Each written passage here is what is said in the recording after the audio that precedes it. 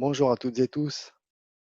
Aujourd'hui, je vous fais une petite vidéo pour évoquer avec vous comment aborder la période que nous vivons tous actuellement et qui est un petit peu difficile. Alors, comme je suis thérapeute énergéticien et géobiologue, je vais partir du point de vue énergétique. Puisqu'en fait, vous le savez peut-être, mais que dans l'univers, tout n'est que de l'énergie, hein. Notre corps, la moindre émotion, le battement d'une aile de papillon, tout n'est que de l'énergie. Cette énergie envoie de l'information.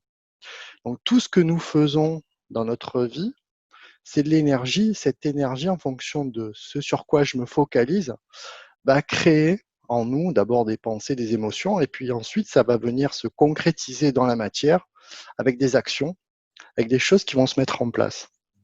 Alors pourquoi je dis cela? C'est parce qu'en fait, nous sommes en septembre 2020, et on vit une période assez étrange et très révélatrice. Si je me place d'un point de vue à la fois énergétique et spirituel, c'est le dévoilement de beaucoup de choses qui étaient cachées dans l'ombre et qui se mettent en lumière. Mais tout d'abord, ces choses-là, il faut accepter que ce soit des choses qui sont à l'intérieur de nous. Car nous avons tendance, et c'est un peu normal parce que pas mal de choses peuvent nous choquer, à pointer du doigt ce qui sort à l'extérieur et qui nous bouleverse, qui nous scandalise. Mais c'est aussi accepter que ce que nous voyons à l'extérieur n'est que le reflet collectivement de ce que nous vibrons et de ce que nous avons émis à l'intérieur. L'extérieur est le miroir de l'intérieur. Alors, c'est pour cela que la première chose à faire dans cette période, c'est accepter de continuer à regarder à l'intérieur pour que les choses qui étaient cachées en nous, que nous ne voulions pas voir, ces choses-là, c'était les peurs, les doutes, les mensonges, les angoisses, tout ce qui nous empêchait d'avancer, les mensonges, accepter de les regarder en face. Et en les regardant en face, le premier pas du travail se fait. C'est-à-dire qu'en regardant les choses, on commence à les reconnaître. Et ensuite vient la phase de l'acceptation. Quand je commence à accepter une situation qui me déplaît, je suis déjà un peu sur le chemin du, de la façon de régler cette problématique. Si je continue à rester dans mes mensonges, dans mes peurs, dans mes doutes, je ne vais faire qu'alimenter ces choses-là. Donc la première chose, c'est déjà un travail intérieur. Et nous tous, à tous nos niveaux, on est amenés à regarder à l'intérieur et à plonger, même si ça ne fait pas plaisir. Et ensuite, à l'extérieur, lorsque nous voyons des choses qui nous déplaisent, parce qu'on trouve ça injuste, parce qu'on trouve ça inacceptable, prenons le côté positif. Il y a 50 ans, il y avait autant de mensonges, autant de choses cachées, simplement beaucoup moins de gens le voyaient. Aujourd'hui, ce qui est bouleversant, c'est que de plus en plus de gens se réveillent à eux-mêmes, n'acceptent plus certaines choses que eux-mêmes, leurs parents, leurs grands-parents acceptaient.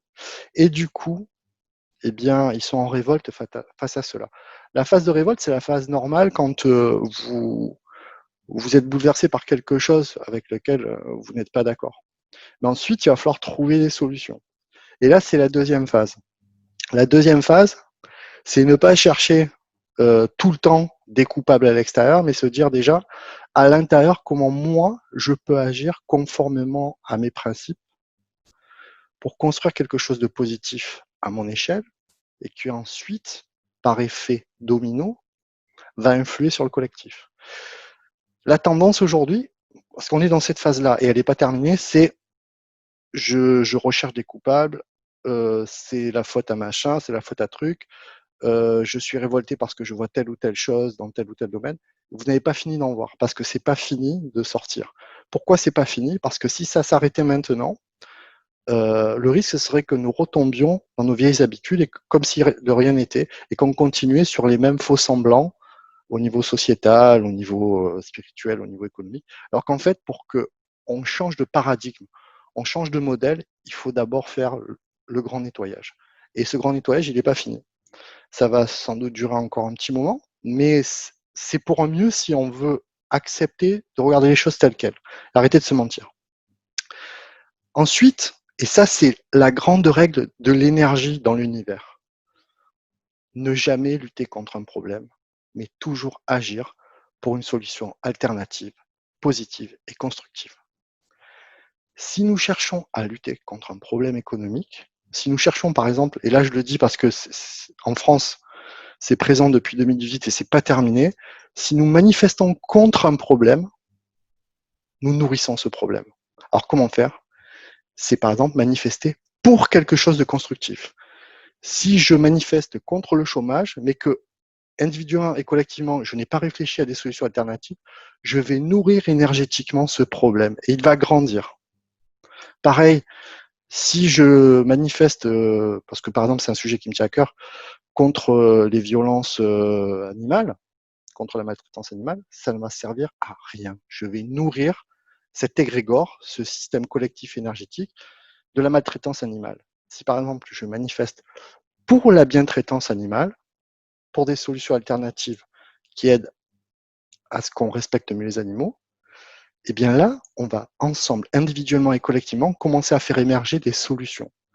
Et c'est ça aussi, cette période qui est très singulière, c'est de passer de lutter contre quelque chose à agir pour quelque chose de constructif. Voilà. Et ça commence dans notre vie à nous. C'est-à-dire dans notre vie à nous, il y a peut-être des choses qui nous déplaisent. Eh bien, il faut les regarder, ces choses-là, et se dire, OK, ça me plaît plus, sur le plan social, professionnel. Qu'est-ce que je peux commencer à mettre en place à mon niveau pour que concordent mes désirs profonds avec ma vie? Si je passe toute ma vie à me plaindre de choses qui ne vont pas, mais que je n'agis pas pour construire ce nouveau quelque chose dont je rêve, les choses ne vont pas changer. L'énergie va rester la même. Au contraire, je vais faire grandir la problématique. Donc voilà, notre règle, parce que c'est pas moi qui l'invente, c'est une règle universelle de l'énergie, c'est ne plus lutter contre, agir pour des solutions alternatives. Ne plus chercher forcément l'adversaire ou l'ennemi à l'extérieur, même si je peux voir à l'extérieur qu'il y a des problèmes, c'est d'abord voir à l'intérieur ce que je peux régler. Et si je règle ça à mon échelle, certains mensonges, certains peurs, certains doutes, à l'extérieur, vous allez voir qu'individuellement et collectivement, des choses vont se mettre en place pour justement éviter au maximum, parce que le risque, quand il y a énormément de gens, et c'est logique, qui se révoltent, c'est de tomber dans une violence sourde, aveugle et non constructive. La violence, elle fait partie aussi des sociétés humaines pour l'instant, mais le but, c'est pas la violence pour la violence. Le but, c'est qu'à un moment, on puisse trouver une solution pour que les choses changent le plus pacifiquement possible. Donc ça, c'est ça l'objectif. Pour ça que, et ça aussi, il faut avoir un peu de clarté d'esprit, mais il faut s'en rendre compte. Ne pas chercher à se diviser horizontalement entre nous, mais voir à l'intérieur ce que je peux régler et aussi voir verticalement, parce que c'est le vertical qui pose problème aujourd'hui, hein. C'est pas l'horizontal. Mais ça, c'est aussi que le reflet de nous-mêmes. Pourquoi il y a autant de coercition? Pourquoi il y a autant de restrictions de liberté? C'est parce que les siècles allant, on a accepté tout ça. On a transféré de plus en plus une part de notre libre arbitre pour un peu de sécurité illusoire. On a délégué notre pouvoir personnel. On a cru qu'on pouvait être représenté par des gens pendant des années sans que ces gens puissent rendre des comptes. Et c'est parce que nous l'avons accepté. Mais pour que des solutions alternatives émergent, eh bien, il faut déjà y réfléchir et se dire, moi, je veux reconquérir mon pouvoir personnel. Je suis maître de ma vie, je suis souverain de mon être. Il y a des choses fondamentales sur lesquelles je ne transige pas et sur lesquelles je dis non. Par contre, je dis oui à la vie. Je dis oui au respect et à la dignité humaine. Sur ces choses-là, je ne transige plus. Et c'est ça aussi qui nous permettra de construire petit à petit, plus tous ensemble, des modèles alternatifs, constructifs, et qui permettent à plus de monde de se sentir intégré et plus de monde qui se sentent épanouis aussi. Voilà. C'était la vision, voilà, on a essayé d'en prendre un peu de recul, la vision au niveau énergétique, j'allais dire presque quantique des choses. Voilà. L'univers, c'est pas la matière n'est que de l'énergie densifiée. Donc, en fonction de comment je pense, comment je vis mes émotions, comment j'agis, je génère à l'extérieur des actions et des actes qui ont des conséquences. Donc, réfléchissons bien à ce que nous voulons et ne plus rester centré sur ce que nous ne voulons plus. Voilà. Je vous dis à très bientôt et je vous remercie pour votre attention. très belle journée à toutes et tous. Au revoir.